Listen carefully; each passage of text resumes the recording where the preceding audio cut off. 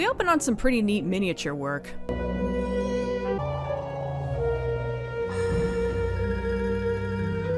Anyway, this is Alex, and I think his book is hungry. His girlfriend Megan stops by, and she sees it too, so it's not a hallucination. Things are getting worse. Yeah, no kidding. Don't sit there. Why not? Look. Also, his chair is bleeding, I guess. Oh, and check this out. Apparently the softball trophy got jammed into the wall. I was confused at first and thought it turned into a cassette tape. It turns out that it's been 2 weeks since he got hit on the head by a mugger, and ever since then he's been unable to sleep. So whatever nightmares he would have been having are happening in reality, instead of him suffering the normal effects of sleep deprivation. There's a train right outside his window, which is kind of a neat effect. Well, we've got to do something. I'm gonna go call Kyle Topper. Oh, is that idiot? That idiot has a master's in psychoanalysis and he knows a lot about paraphysical phenomena.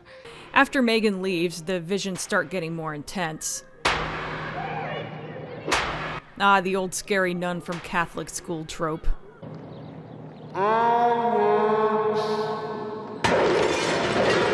Okay, that made me laugh for some reason. Megan returns with a professor, but this vision actually disappears when they do. But she was there.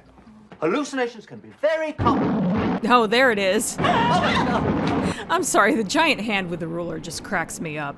I hadn't seen that with my own eyes. Anyway, the professor asks about the head injury, which Megan told him about. I'm not tired, but I haven't slept in 15 days.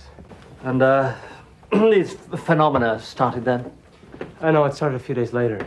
But it was minor things at first, Objects appearing, disappearing, things moving around.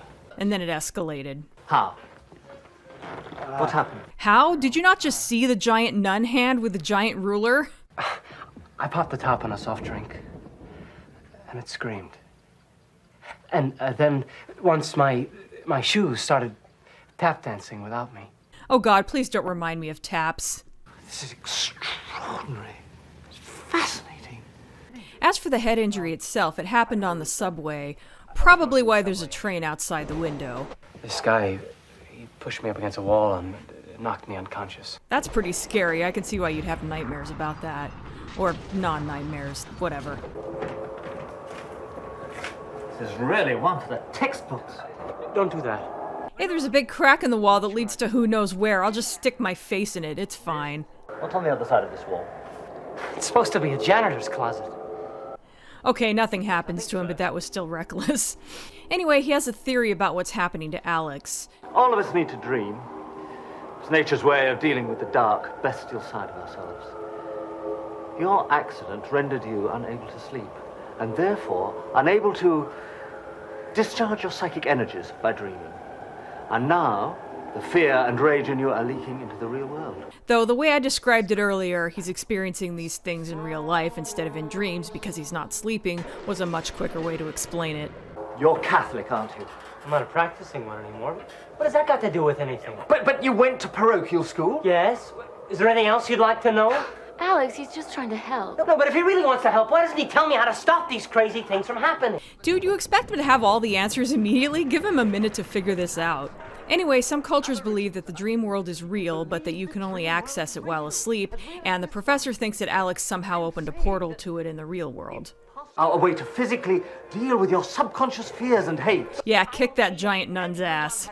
The Aborigines also believe that it's possible for things and people to travel from the real world to the dream world. Yeah, it turns out that the crack in the wall leads to Alex's dream world specifically, and if he goes in there, he might be able to put a stop to all this. In a lot of the stories about the dream world, those who enter it often encounter a doppelganger or dream self. And I have to find this dream self. That's it, isn't it? The dream self is the one who can stop all this. Oof, that was an effect. We see a lot of weird stuff on the way, including another neat miniature effect. Hey, look at this. He sees old toys from his childhood and stuff like that, but giant for some reason. It's a number 2 pencil. I always use number 2 pencils. Wow, you used number 2 pencils, how unique. I haven't heard that term in a while. Do number 1 and number 3 pencils even exist anymore? Crayons. Yeah, that's how we could tell you apart from the other kids. There's little Alex over there using his crayons. What a weirdo. This way. That's another effect. I guess this budget doesn't allow for big sets like that, so they had to green screen them into another miniature shot. Jump! Another giant hand. I'm guessing this one represents the mugger in the subway. Another fall and some interesting scaling issues here. It looks like the mugger is controlling the train and trying to run him over with it. They get away, but now the nun is back.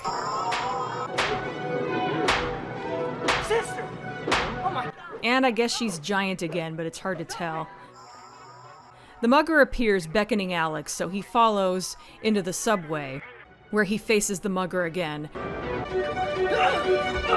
He doesn't knock him out here so much as chokes him until he's almost unconscious and then walks off. You're cold! I feel weak. I feel like everything's been drained out of me. Like he's trying to consume me. Alex, don't you see? You can't destroy him without destroying yourself. But according to Megan, the mugger represents a part of his mind. You've got to accept him. Let him become a part of you. Interesting. So he hugs him, just like with Alessa in Silent Hill Revelation. But it seems to work. Not just the mugger, but also the nun appear to be part of Alex again.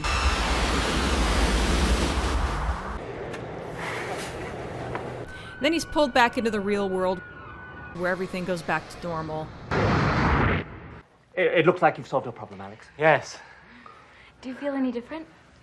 Yeah, more whole, sort of. And now he's really sleepy, which I'm sure is a good sign, though the professor really wanted him to write down everything he saw.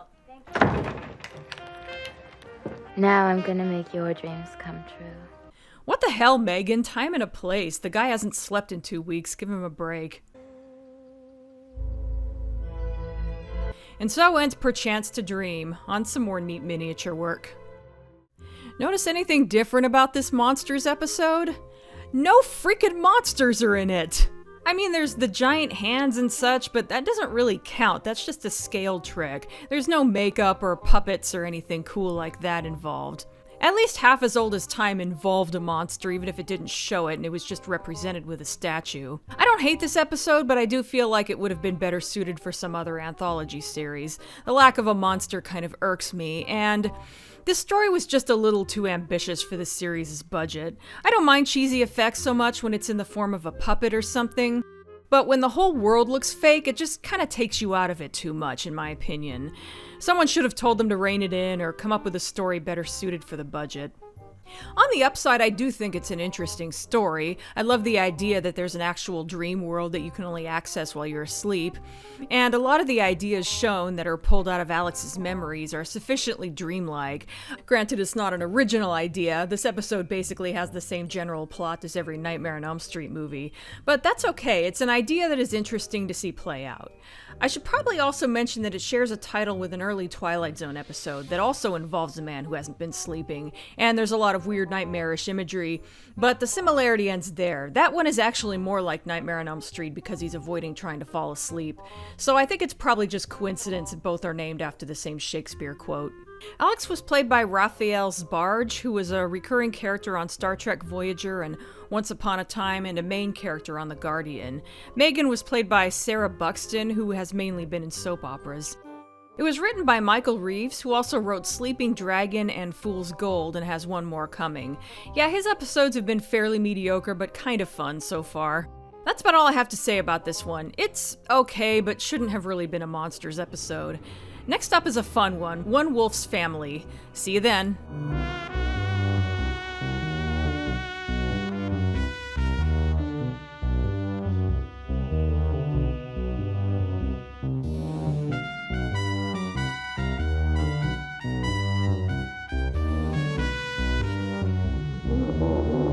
Hey, thanks so much for watching. Here are some other videos you might be interested in, and don't forget to like, comment, and subscribe. And if you want to further support my channel, there's always Patreon. Megan? Is that you? What's in there? Nothing.